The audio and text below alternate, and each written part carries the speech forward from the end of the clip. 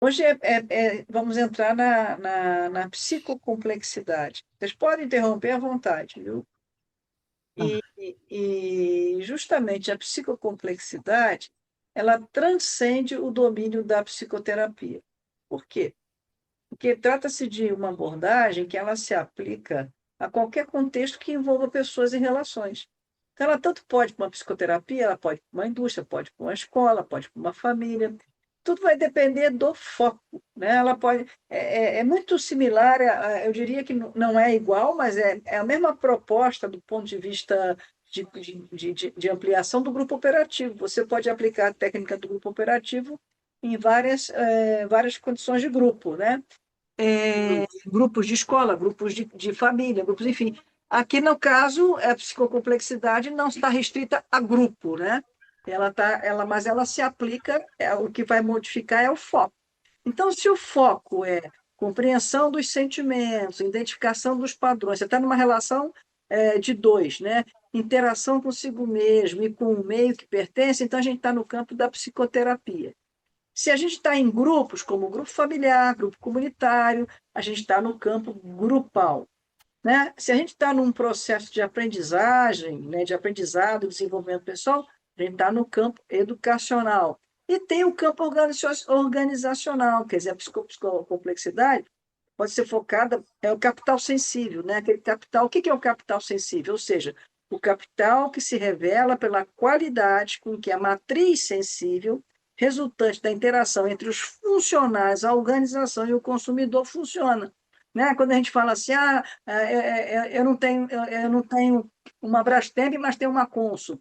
Isso já tomou uma, quer dizer, Brastemp e a gente já sente como uma coisa muito boa, né? E a Consul também, não é uma Brastemp, mas é uma Consul, né? No final, enfim, aquele sentimento que passa, né, para a gente, que a empresa passa para a gente. E tem umas que passam, não, isso aí, esse produto eu nem quero ver. Quer dizer, isso aí é o capital sensível, né, de uma empresa. Em síntese, né, se apresenta como uma abordagem que oferece ferramentas para a compreensão do ser humano no campo do sentir, da identificação de padrões e do exercício do pensamento complexo, que é a psicocomplexidade. Aí vamos lá. Então, a psicocomplexidade. Aquele que está aí eu vou focar a psicoterapia. Aquele que está em psicoterapia é um interlocutor. Quer dizer, eu estou propondo não chamar mais de paciente ou cliente, enfim, é um interlocutor, ou seja, será quem vai dar a palavra final sobre o que está sendo conversado. A psicoterapia, portanto, não é uma via de mão única, mas uma troca significativa entre duas pessoas, o psicoterapeuta e o interlocutor, que se unem com um objetivo comum: focar naquele que busca a psicoterapia. Por exemplo, a gente vê assim, né? Porque fulano largou a terapia. E aí diz que é resistência, se for na psicanálise. Não, aquilo, se ele participa, se ele largou as razões dele, teve. Se é porque ele não pôde, não queria melhorar, que seria chamada resistência, ele sabe onde dói o calo dele, o que, que acontece, enfim. Quer dizer, cada um sabe de si, ele participa da história, ele não fica ali submetido somente, ele fica submete e é submetido, é a dupla que vai funcionar com um foco naquele outro. Né? É essa a proposta.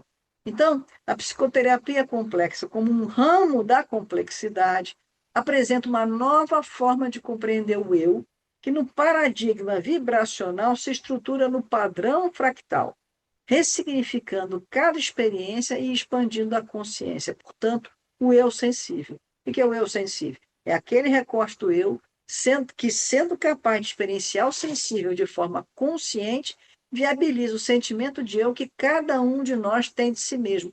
Porque qual é a proposta? É que à medida que você está numa psicoterapia, você vai expandindo a compreensão de si mesmo, quer dizer, você vai expandindo a sua capacidade de compreender o seu eu. Né? Então, o eu sensível, na verdade, é aquela parte do eu, aquele recorte do eu, que você pode tornar consciente, que você pode pensar, que você pode reconhecer, que você pode dizer, isso aqui realmente eu me sinto como eu. Porque tem uma parte do eu que a gente não tem acesso direto, né? Mas tem um que a gente tem. Então, exatamente, o eu sensível é aquele recorte que a gente tem acesso, mas a gente tem que expandir. A gente pode expandir, que a gente pode ter acesso, mas não usar. Você pode entrar numa casa de 3 andares, por exemplo, e só frequentar o primeiro andar, não ir para cima. E à medida que você vai expandindo, você vai se conhecendo mais. Não é? Então, a psicoterapia complexa surge como uma proposta de psicoterapia, um ramo da psicocomplexidade, baseada em paradigmas modernos de ciência da transdisciplinaridade no campo da psicofísica contemporânea, que busca a expansão e maior integração do eu fractal. E aí ela utiliza 3 pilares fundamentais: o eco empático, a identificação dos padrões e o exercício do pensamento complexo, que a gente vai ver cada um deles. Hoje, a gente o eco empático. É Tá? o eco mesmo ou ego? Eco, Eco. eco, Eco de. eco de eco. Você vai entender. De ecoar. Isso, de ecoar. É ecoar o sentimento do outro, né? De uma certa forma, não Isso, é isso? isso, isso. Então, os 3 pilares fundamentais, a gente vai conhecer o eco empático. Através da introspecção e empatia, ou seja, do reconhecimento e da nomeação do que é vivido na experiência da relação terapêutica, torna-se possível estabelecer uma conexão entre sensações, sentimentos e percepções. Esse contexto favorece a criação de um ambiente onde emergem sentimentos de amparo, segurança, de semelhança essencial, pertencimento e de aceitação, valorização através da fala em eco empático. A gente tem que também saber uma coisa que é importante. Isso eu importei da psicologia do self, de Kohut. Introspecção e empatia foi proposto por Kohut, Heinz Kohut, como técnica psicoterapêutica para o trabalho analítico no campo da psicologia psicanalítica do self. Então, o desdobramento da introspecção e empatia se aproxima significativamente do que no campo da ciência do sentir eu denominei de consonância terapêutica. Né? A distinção entre uma e outra é que uma reside no paradigma lá da psicanálise, o paradigma que tem um paradigma que se construiu no soma, na psique, na descarga, no ego e de superego, enfim. Para Kohut, né, apesar dele, ele assentou o paradigma dele em cima a teoria dele em cima desse paradigma de Freud. Ele até estende o ego para o self, né? Mas ele está assentado naquele paradigma como a gente já viu antes. Né? Agora, a ciência do sentir, não. A experiência terapêutica se estrutura no campo da matriz sensível, né? Que a gente viu, onde ocorre a consonância terapêutica, em que escuta, vírgula e compreensão não se separam, mas ressoam simultaneamente como manifestação de um campo vibracional comum que ecoa entre os pares e que, nesse contexto, se torna um dos pilares da psicoterapia complexa. Quer dizer, então, você estar com o outro e você está em sintonia, você está em consonância, né, com o outro naquela relação. No campo das relações, onde toda interação envolve vibrações interconectadas, 2 momentos fundamentais ocorrem. Primeiro é a vivência do sentir. A gente chega num lugar, a gente sente alguma coisa. Ou gosta, ou não gosta, ou até é indiferença, mas sente alguma coisa. Você não passa em branco quando você chega num lugar. Né? Então, esse é o primeiro momento em que a experiência é sentida de forma direta e espontânea. Às vezes você chega e, nossa, esse ambiente está carregado. Você nem sabe por quê. Aí tem o segundo momento, a versão que é dada ao sentir, que é um segundo momento em que essa experiência é processada pelo pensamento, tornando-se nomeada. Aí você diz, isso aqui está carregado porque a fulana ali tá mal, está passando uma energia ruim. A gente fala assim, né? Ou então está feliz, está alegre, nossa, está contagiante a alegria daquela pessoa. Enfim, então a gente sente, e é o primeiro momento, e aí a gente começa a nomear. Às vezes a gente não consegue nomear, custa nomear, entender o que está acontecendo. Então, o que acontece? A estrutura das nossas teorias humanas, da psicologia psicológicas, psicanalíticas, elas se iniciam no segundo momento, né? Depois que você sente, você começa a nomear. O primeiro momento, aquilo que o psicoterapeuta sente para encaminhar o seu trabalho, essa base, as teorias existentes não atendem, e foi a esse momento em que a ciência do sentir se propôs. O primeiro momento pode ser entendido, então, como uma vibração in natura, que ocorre ao se chegar em um ambiente ou ao se encontrar uma pessoa, sentimos algo, ainda que nem sempre saibamos nomeá-lo de imediato. Então, é isso, é a vibração, é a interconexão que acontece nessa vibração. E o segundo momento, né, a gente não renega isso, a gente sente, presta atenção e sente mesmo. Né? Já o segundo momento, a gente vai começar essa versão processada desse sentir, é quando identificamos, por exemplo, a sensação de bem-estar, exatamente, de uma pessoa, enfim. E é nesse contexto que é possível o ecoempático. O psicoterapeuta, no primeiro momento, ao se conectar com o que sente, ele utiliza em um segundo momento da introspecção e empatia para nomear essa percepção. Esse processo, muitas vezes realizado aparentemente de forma instantânea, entre o primeiro momento e o segundo momento, permite que a experiência no campo da psicoterapia se reverbere em um eco de consonância através da palavra falada, criando então um ambiente seguro e fortalecendo a consistência da dupla que compõe a matriz sensível.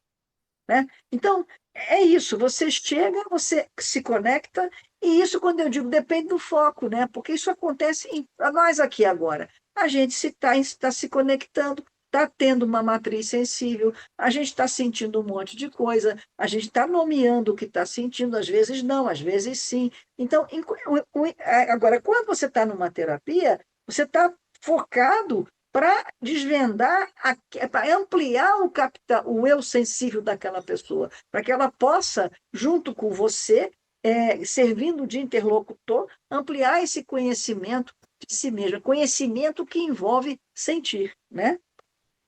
Envolve esses momentos. Esse é um caso clínico que tem lá, inclusive está no meu livro do Corrute, não está? Eu só não vou dar a explicação que lá eu dei para Corrute, né? Da psicologia do self. A gente agora vai ver isso, porque na verdade é o ecoempático. O ecoempático é similar, é o mesmo. O que diferencia é onde ele está assentado. Aqui ele está assentado no paradigma vibracional, e lá não. Então, a pessoa chega, é um rapaz, é um homem, né? Ele chega e diz: quando eu me formei, eu tinha o meu apartamento, o meu carro, meu trabalho, mas você sabe, acabou por causa da burocracia e da política.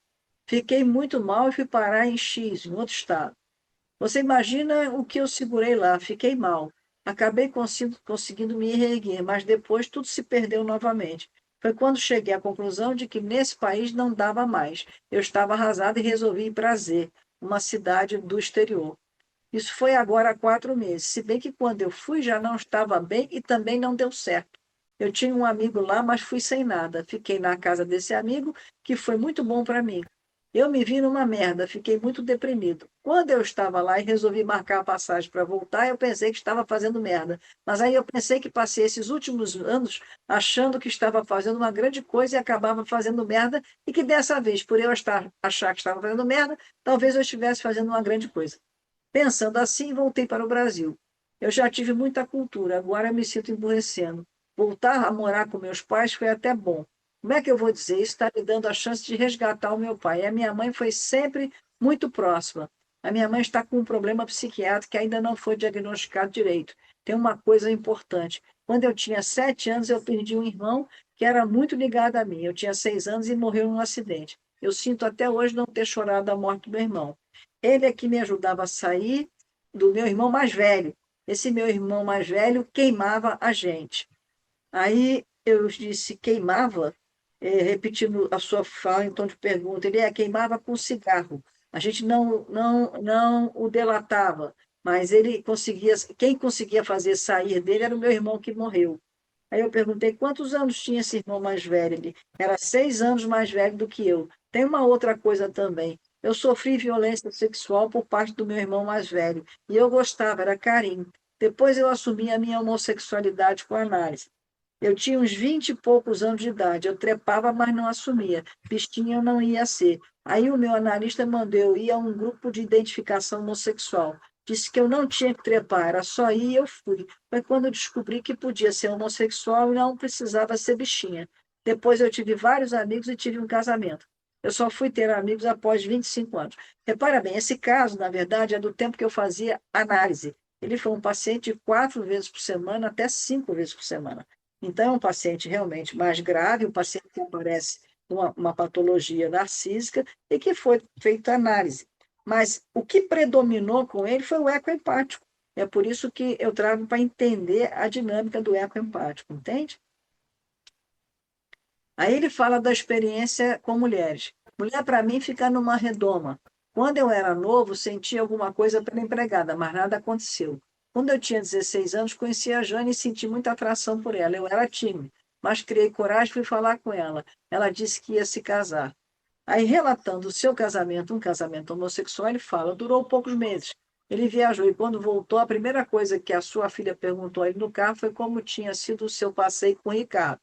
Você sabe o que é isso? Ricardo era o antigo namorado dele. Eu não podia falar nada por causa da menina, eu fiquei arrasado. Mas aí eu pensei que se me separasse dele naquele momento, eu ia ficar mal. Eu tinha que desgastar o meu amor por ele e com ele. Se eu conseguisse, se eu continuasse com ele não seria mais o mesmo e eu ia desgastar. E assim desgastou. Levou 15 dias para desgastar. Ao final da entrevista, Márcio estava sentado de pernas cruzadas sobre o divã. Olhava para mim como um menino olha para uma pessoa adulta.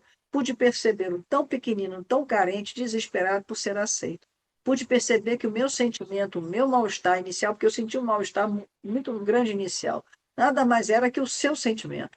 Márcio estava muito assustado e se defendia de todos os seus medos com aquela apresentação imperativa, imponente e arrogante, porque ele apresentava todo imponente, arrogante, enfim.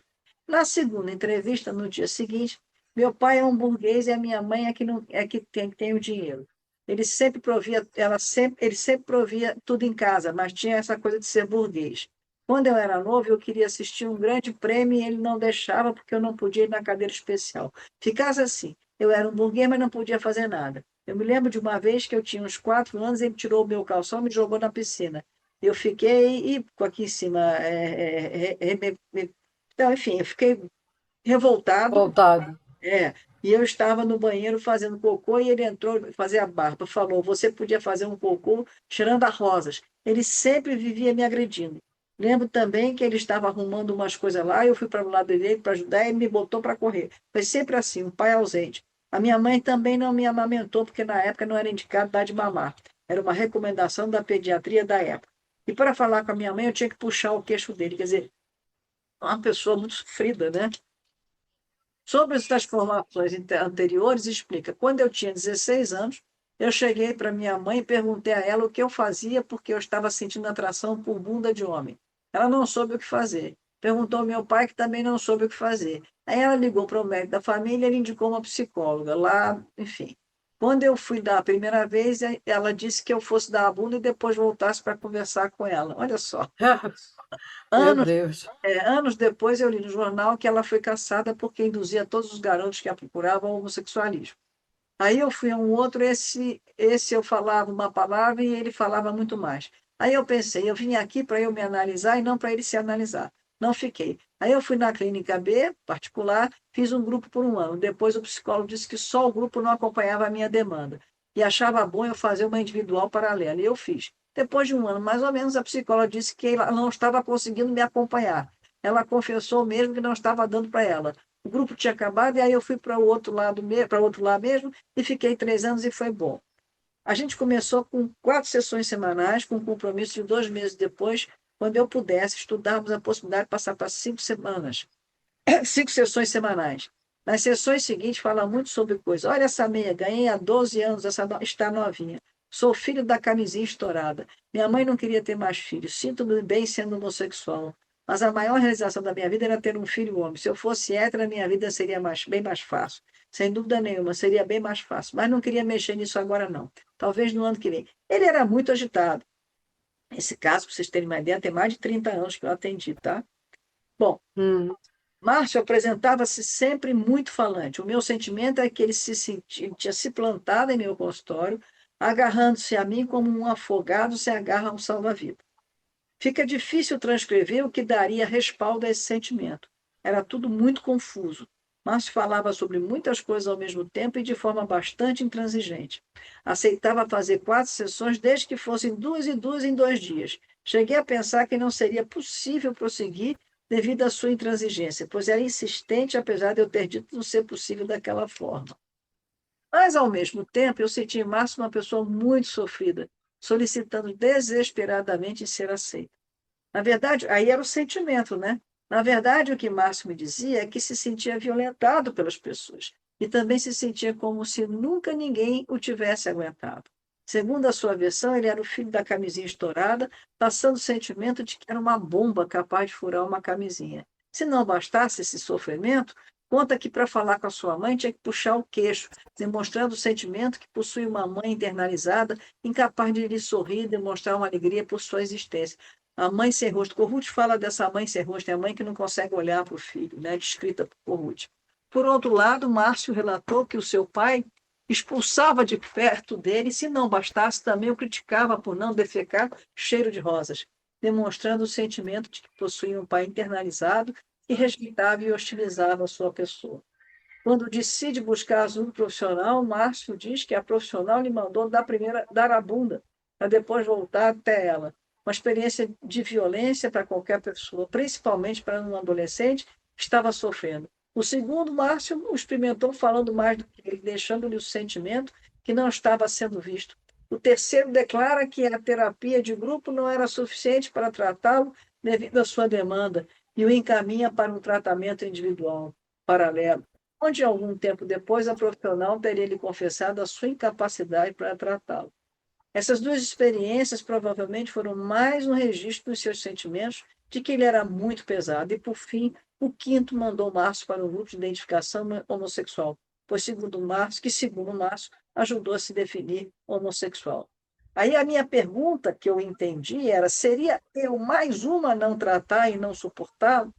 Pude perceber que o sentimento de dúvida que se apossou de mim, se eu seria capaz ou não de suportá-lo e, portanto, de tratá-lo, poderia ser o sentimento de Márcio quanto a mim ao tratamento que se iniciava. Ele tinha dúvida se eu o aceitaria e se eu suportaria. Quer dizer, repara que já havia aqui uma conexão entre nós, eu estava podendo sentir o que ele estava sentindo através da introspecção e empatia, entender e começar a nossa ligação na matriz, né? Sensível. Na verdade, Márcio apresentava-se como uma psicopata. Ô Beatriz, só fazer uma adendo. Agora, tudo isso que ele falava também tem a ver com ele, né? É a leitura dele, né? Claro, mas é Tem um ele. pouco disso. Ele fala assim, a psicóloga mandou eu dar a bunda e depois voltar. Mas, meu querido, Será que...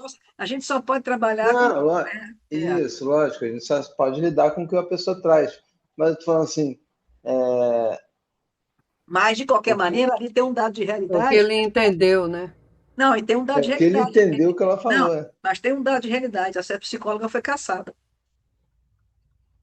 Então, ela Eu me devia. lembro, eu me lembro Ah, que então é. tinha uma época da psicanálise que falava, tinha profissionais que falava que todo mundo era homossexual. Eu me lembro disso na faculdade, que tinha um.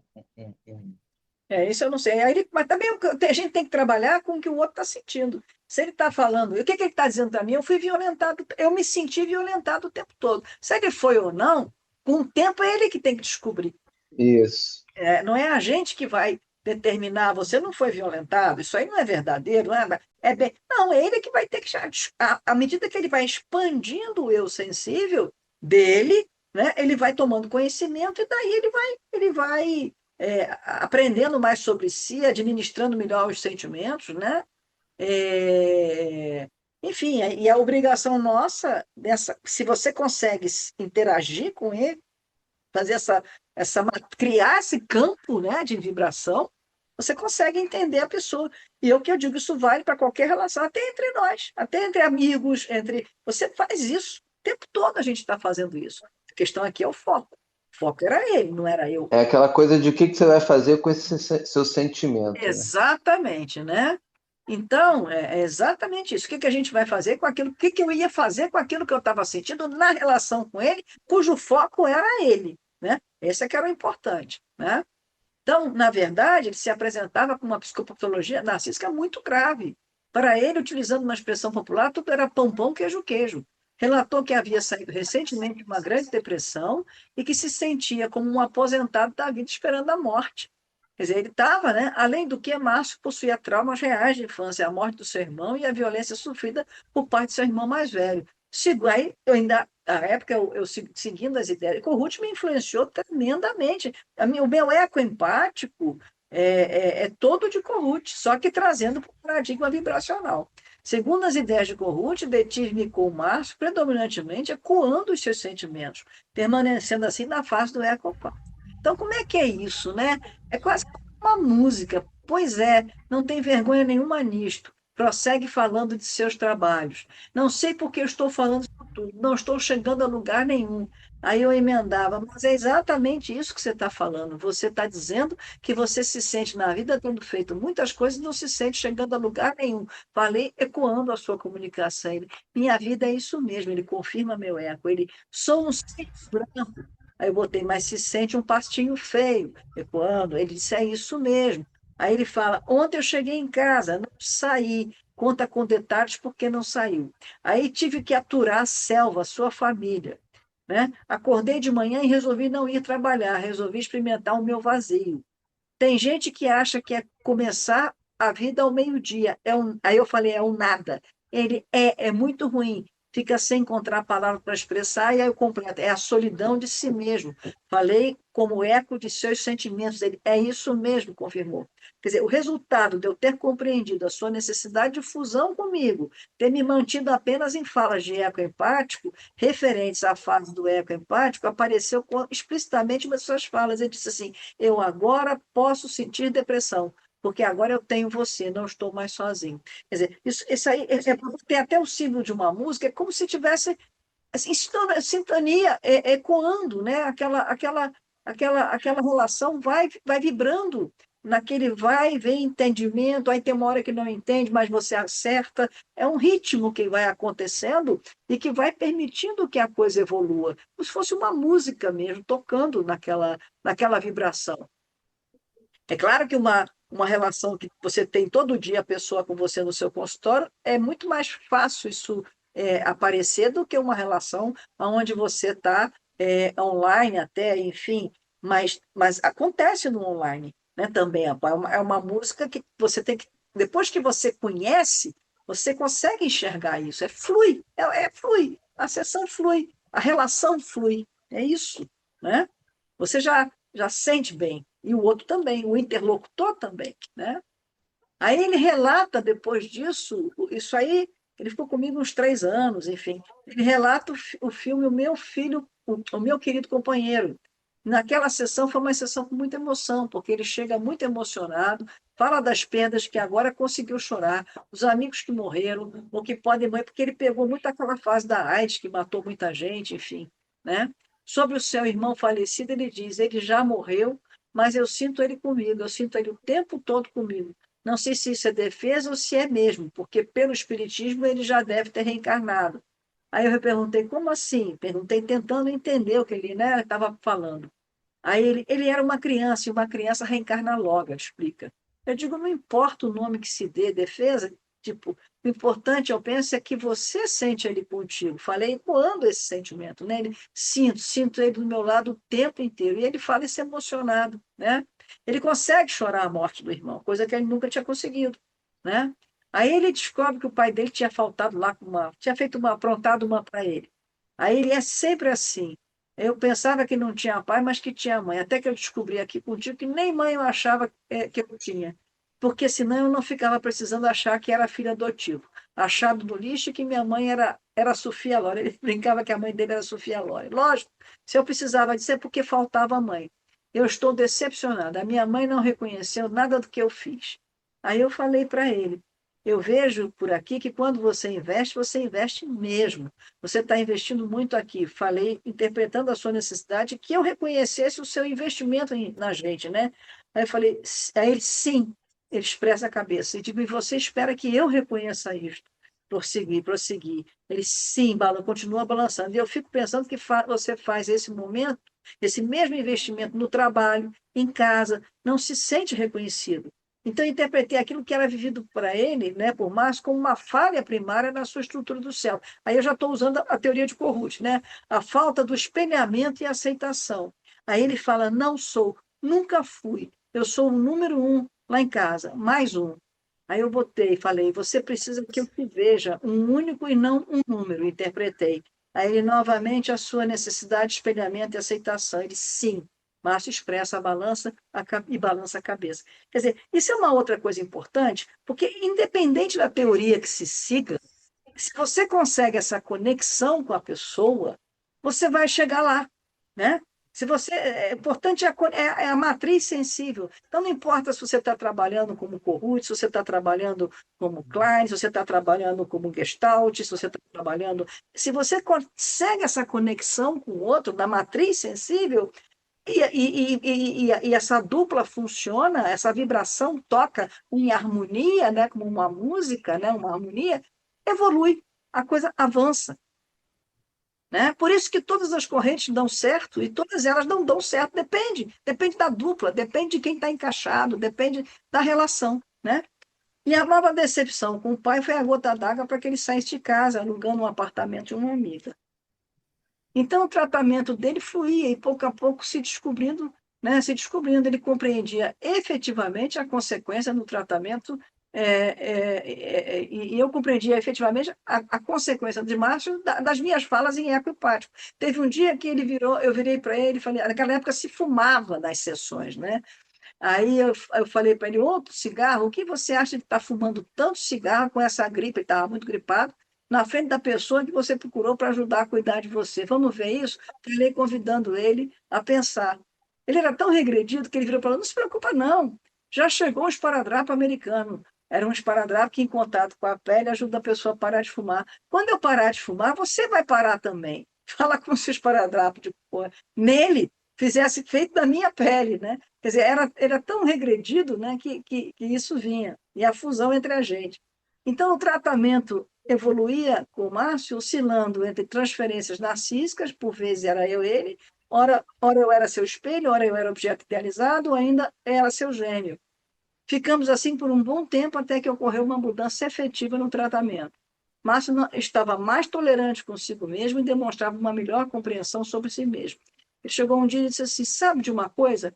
Eu já me cobrei tanto na vida que eu não quero mais me cobrar. Fala aliviado. Eu fico pensando que eu, na verdade, não sou assim agressivo na forma de falar só porque eu não tive pai ou mãe que não me deram atenção. Eu acho que eu sou assim porque também levei muita porrada na vida. Eu era muito tímido e levava muito porrada. Aí eu tive que gritar. Aí veja como ele começa a tomar uma consciência dele, né? Já começa a expandir o eu sensível. Ele fala explicitamente da primeira vez do tamanho e da qualidade da sua carência. Eu sinto falta do contato da pele. Eu nunca levei um abraço dos meus pais, a minha mãe nunca me pegou no colo, não me deu de mamar e nem me deu um beijo. Meu pai também nunca me pegou no colo. Eu sinto falta de pele. O tamanho da minha carência é o tamanho da minha rejeição. E nessa mesma sessão ele fala: essa semana, apesar de sozinho, estou sentindo um bem-estar. São dois tipos de solidão: a solidão sadia e a solidão doentia. A solidão sadia é aquela que, mesmo sozinho, você está bem contigo, e a solidão doentia é corrosiva. Quer dizer, ele começava a se, né? Então, eu trouxe esse caso porque é para ver a evolução. E depois ele progrediu, enfim, ele foi muito bem, né? Bom, tem um outro caso, pequeno também, não trouxe todo, que eu chamei de Maria, também uma paciente muito antiga, que ela diz assim, quando eu fico em casa, eu fico toda atrapalhada. Eu entro numa de fazer tudo ao mesmo tempo e aí não dá.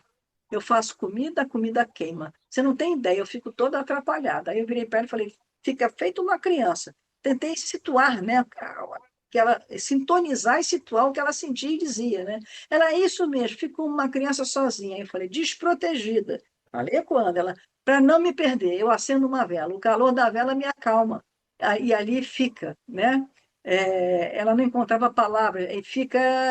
Aí eu completei, firme, falei como que compreendi, ela ecoando o que ela sentia, ela se confirmou. Eu falei, substitui o calor humano. É igual o banho quente, falei, ela se é minha carência. Sim, de calor humano, eu acrescentei. Quer dizer, é isso, sabe? Você vai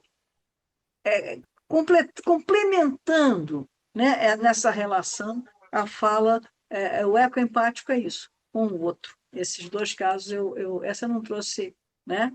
Então, um aspecto importante a ser destacado é que o ecoempático ele se fundamenta na resposta empática do psicoterapeuta, que, atuando como um espelho afetivo, valida, regula e fortalece a experiência interna do interlocutor psicoterapêutico, né? Quer dizer, você vira um espelho para aquele outro. De fato, ao proporcionar esse espaço de acolhimento, é gerada uma consonância interna, que gradualmente favorece a reorganização psíquica e, consequentemente, fortalecimento do eu fractal. O interlocutor, se sentindo acolhido, pertencendo e valorizado, serve de uma base segura para se desenvolver psíquica e emocionalmente.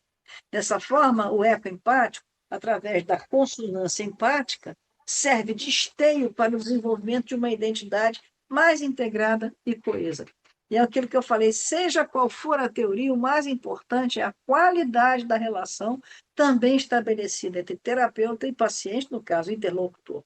Por isso, entendo todas as correntes alcançam seus êxitos, não por seus construtos teóricos, mas pela consonância da dupla. E a dissonância também vai ocorrer na matriz sensível. Em acontecimento de rupturas, em acontecendo rupturas, ocorrerão no processo. Rupturas essas que, caso não seja possível para a dupla recuperar o estado de consonância, estarão fadadas a interromper o processo. Porque é um ir e vir, né? A gente não está o tempo inteiro em sintonia, em consonância. A gente tem dissonância e consonância, vai andando. E, aliás, é o que tem que ser mesmo, para você poder crescer. Só que quando uma fica predominando o tempo todo, aí não tem alguma coisa que não está bom, né? E uma vez que essa condição é alcançada, surge um vínculo de confiança entre o psicoterapeuta e o interlocutor, possibilitando que ambas avancem para uma nova fase do processo terapêutico. Uma fase que, longe de seguir um padrão linear, se desenvolve de maneira dinâmica e superposta, no vai e vem pertinente ao fluxo contínuo da interação, ou seja, entre consonâncias e dissonâncias internas da relação e de cada um dos participantes, viabilizando identificar os padrões estruturantes que regem o sistema psíquico do interlocutor. Entretanto, é importante também reconhecer que a interrupção de um processo terapêutico não implica necessariamente um retrocesso. Porque é aquela coisa, não. Às vezes, por interromper é até a melhora. Em muitos casos, a dissonância que emerge nesse contexto pode se transformar em uma oportunidade de crescimento pessoal. Por isso, não é adequado estabelecer regras rígidas sobre o que seria melhor ou pior para alguém.